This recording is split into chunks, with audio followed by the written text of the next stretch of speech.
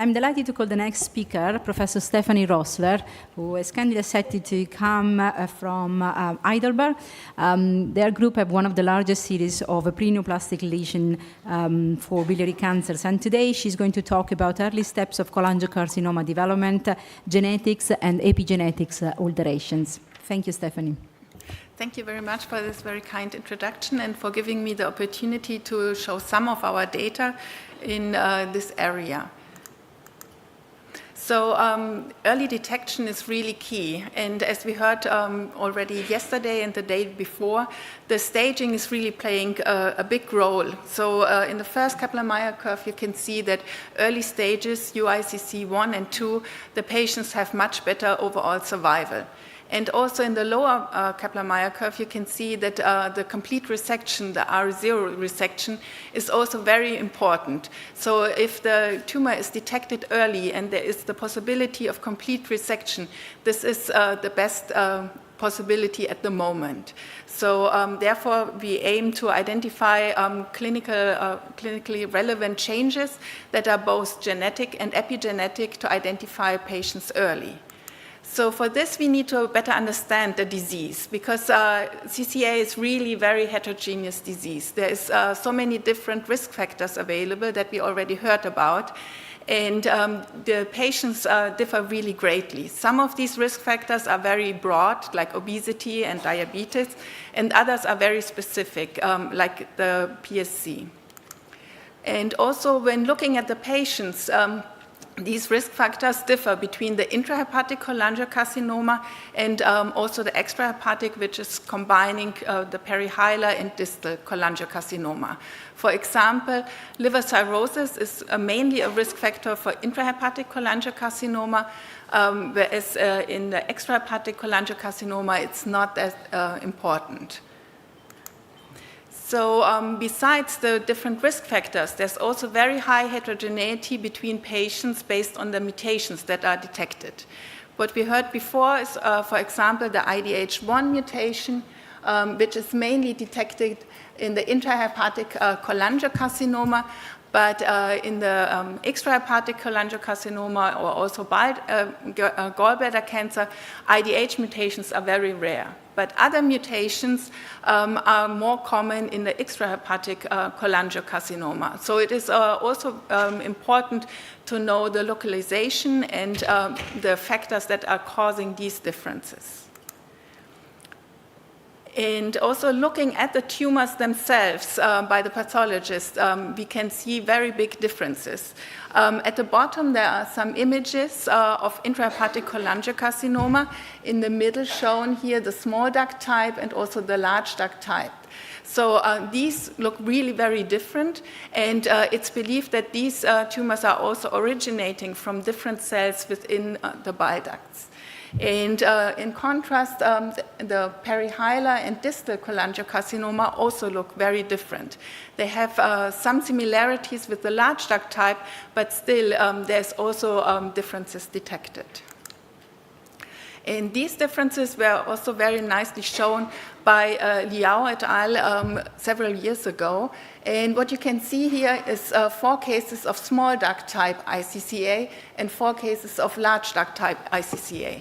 And these look really very different, and it's not so trivial to really classify the patients into small and large duct type. So yeah, it's really important to better understand how these are developing and why these are so different at the molecular level to then target them better. What we did is that we looked at a cohort of iCCA cases, and we performed genetic analysis by looking at the mutations. And in addition, we also looked at the copy number alterations and at the DNA methylation profiles. And when we combined all this data, we identified 4 different subclasses of iCCA patients. And these we named as the IDH group because most patients in this group had IDH mutation. They were of the small duct type iCCA, and they had very specific DNA methylation alterations. These DNA methylation alterations are epigenetic changes that have also consequences on the protein expression and on the behavior of these tumors. And the L, M, and H groups of iCCA patients we named this way because they have different degrees of genomic alterations.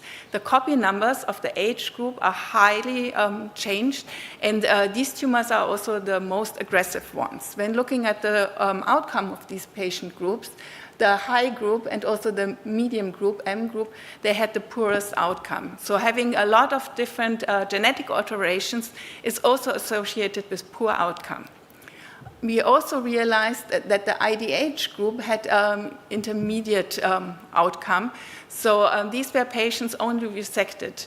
But the hope is with targeted therapy that this survival can be significantly improved, and that we can also find different targets for the other iCCA subgroups. In another project, we looked at the PSC cohort. These patients with underlying PSC, they have very specific genomic alterations, and what is very bad is that these patients usually develop very early on tumors. So there is the belief that this is a very specific subgroup of CCA patients that differ in their genomic and epigenetic alterations. And it is very important, since these patients very frequently develop cancer, to detect cancer early. So it's important to identify the markers of these early tumors and how these tumors are developing, and which markers can be used especially for PSC patients. So what we performed is a genetic alteration analysis. I'm showing here the mutations that we found. And what you can see is that these mutations are relatively similar between the intrahepatic, perihilar, and distal cholangiocarcinoma. So p53 mutation, for example, was most frequent in all groups.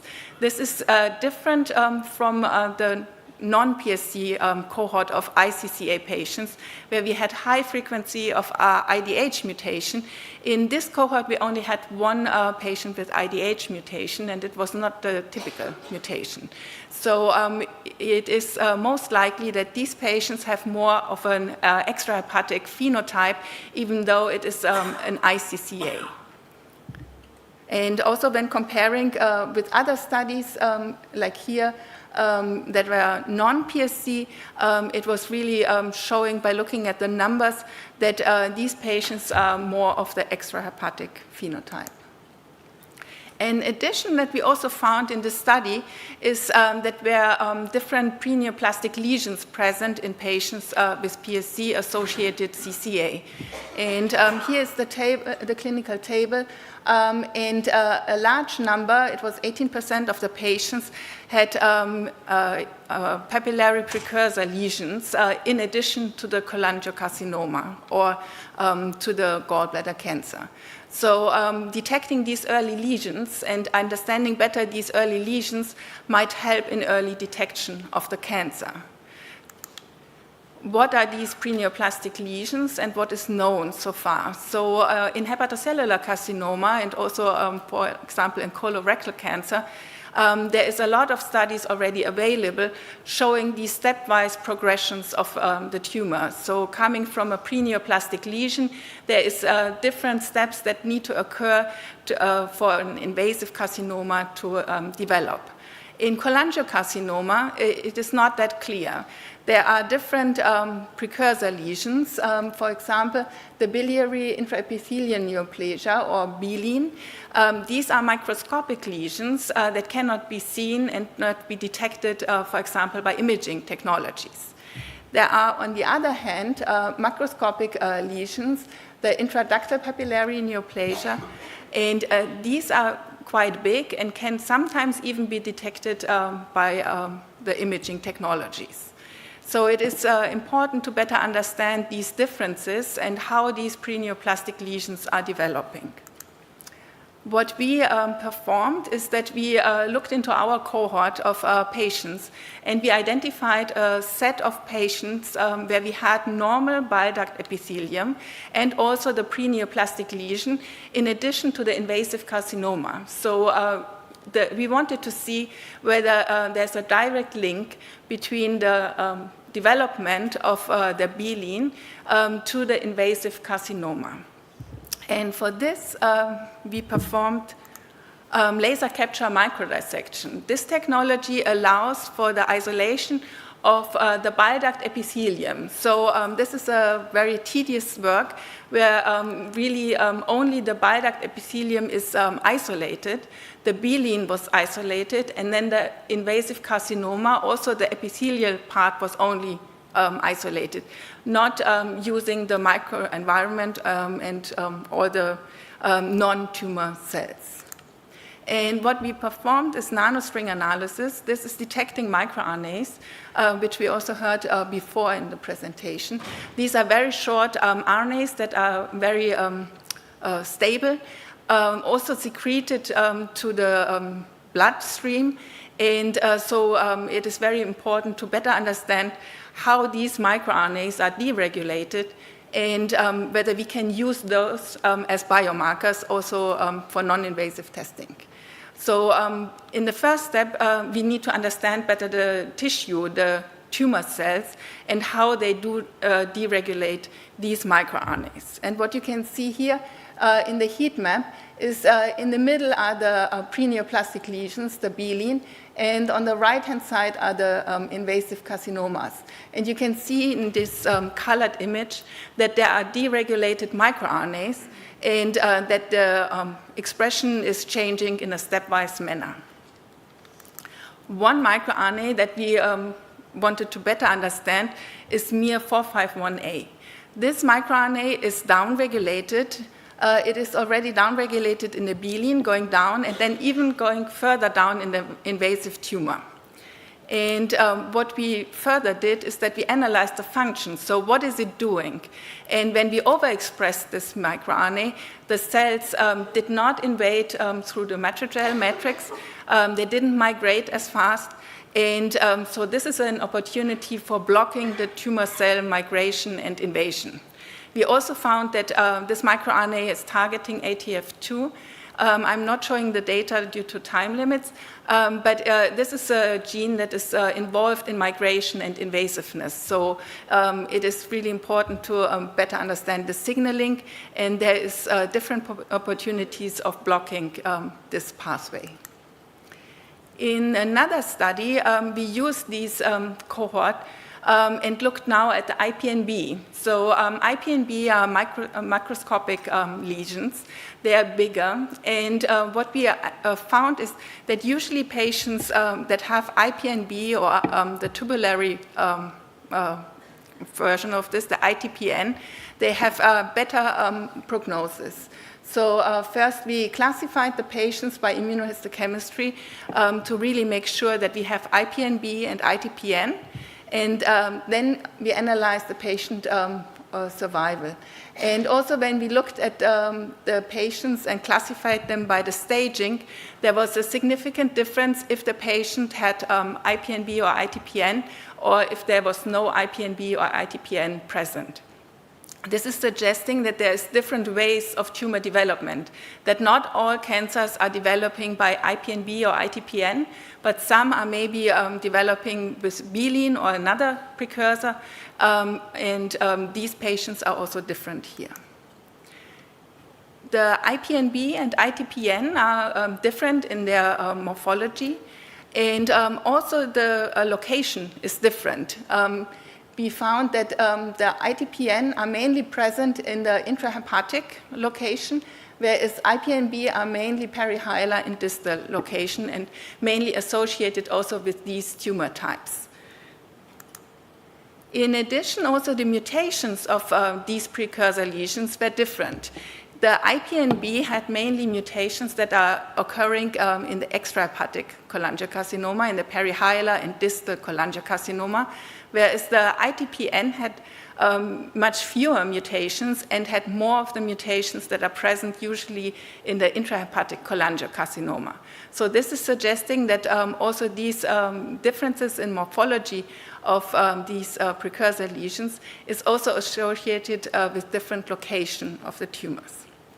In addition, we also looked at the DNA methylation profiles, and these profiles were also different between the ITPN and the IPNB cases.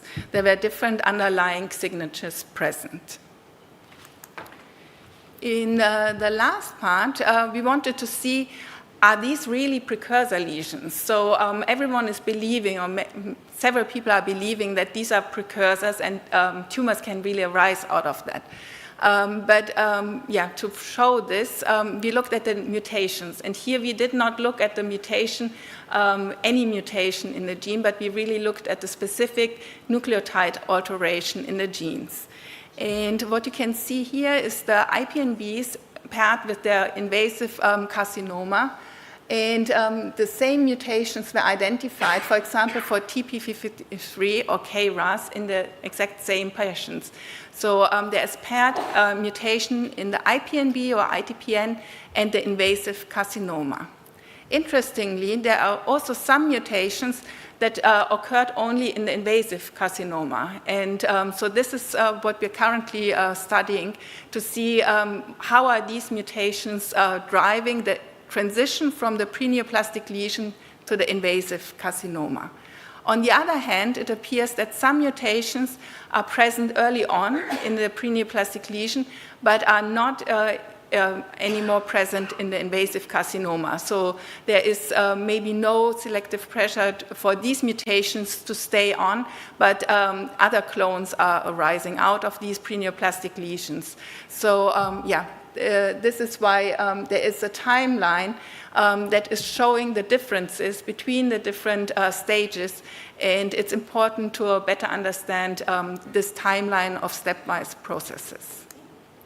In conclusion, CCA is a very heterogeneous cancer, and this is really in many ways. It's in terms of the etiology, the histomorphology, and also the molecular alterations and the pathways underlying. We identified 4 different iCCA subgroups based on the genetic and epigenetic alterations, and it is clear now, and was validated by other groups, that iCCA with IDH mutation is a very specific subgroup. The precursor lesions, IPNB and ITPN, are distinct precursor lesions, and they differ most likely also in the cell of origin because of their differences in the DNA methylation that is underlying this phenotype. And also the survival of patients with IPNB or ITPN is better, and PSC-associated CCA, they might frequently arise from these precursor lesions. So this is an opportunity to identify markers that can early on detect the development of IPNB or the transition to the invasive cancer. With this, I would like to thank everyone involved in this project, especially Benjamin, the pathologist who went through all the different slides and quantified all the different cancers and preneoplastic lesions, and everyone else involved in the study. And thank you for your attention.